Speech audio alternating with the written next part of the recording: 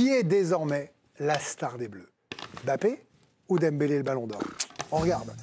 Mbappé pour Alicia. C'est Deschamps la star, nous dit Johan Rioux. J'ai des arguments. Oh, les deux pour Julien. Mais non, mais c'est une opinion. C'est une opinion. Je vous adore.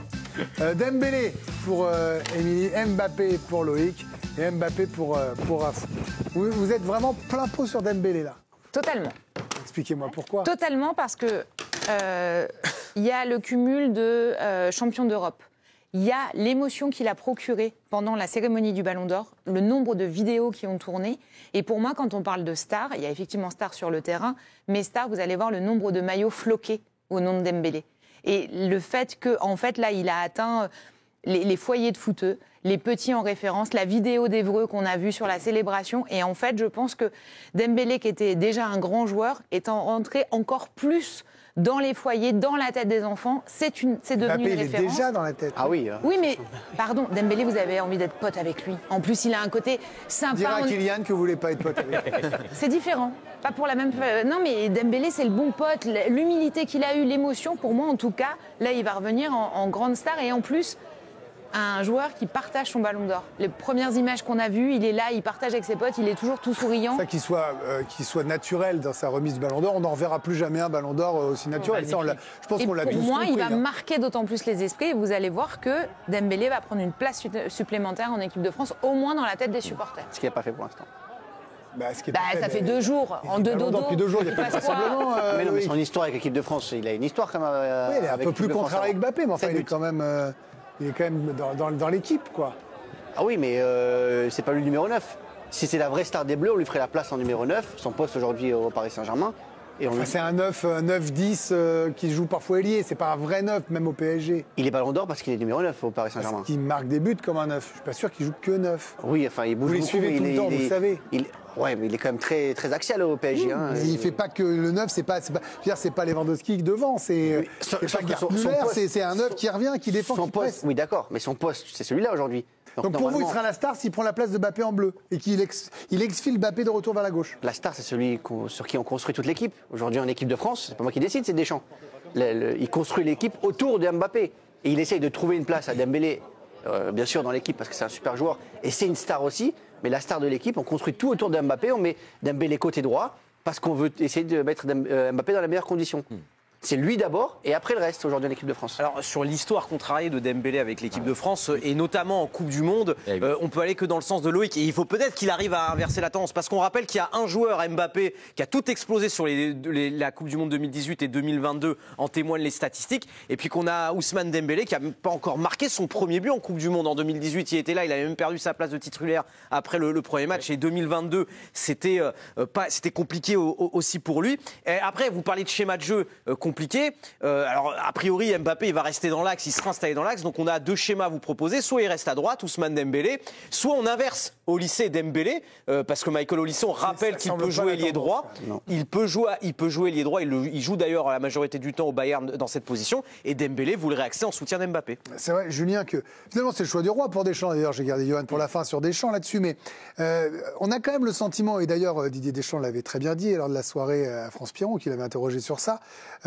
Non, mais c'est un bon gars, il va pas changer. En fait, il s'auto-enlève une épine du pied avec Dembélé Ballon d'Or. Mais de toute façon, ce qui est la force aussi de cette équipe, c'est que les 2 stars potentielles sont en plus amis. Donc déjà, ça enlève quand même un point négatif. Moi, je mets les 2 parce que j'ai envie que ce soit les 2. Je pense que ce sera plutôt Mbappé, effectivement, parce qu'il a quand même cette aura peut-être supérieure, etc. Mais je me dis, on est quand même depuis des années dépendant d'un joueur, gros joueur, dans les grandes compétitions. On aurait pu avoir Benzema, Mbappé, on ne les a pas eu ensemble. Oui, mais regardez, Benzema, on ne savait pas qui était la star, ça a été décevant. Oui, mais on ne sait pas, en Coupe du Monde, ça aurait pu être génial aussi. Ce que je veux dire, c'est qu'il y a quand même pas mal d'équipes qui se sont faites et qui ont eu des gros résultats avec plusieurs stars. L'Allemagne, dans les années 90, c'était horrible l'ambiance et ils avaient Klinsmann, Matthäus. J'ai regardé l'équipe du Brésil en 2002, là. Ils gagnent.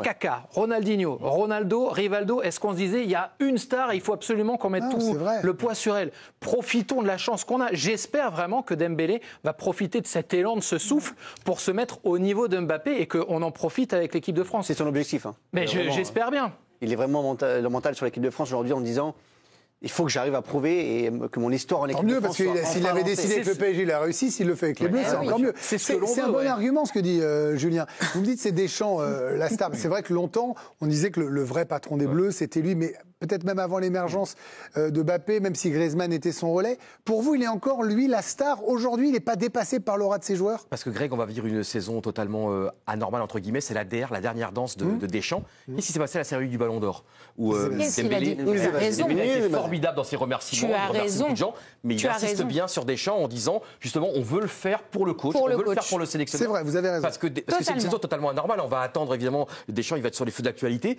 Et il a quand même déjà, il peut battre encore des records. Champion du monde en 90 comme joueur, champion du monde en 2018 comme sélectionneur. T'imagines si tu deviens deux Coupes du Monde comme sélectionneur.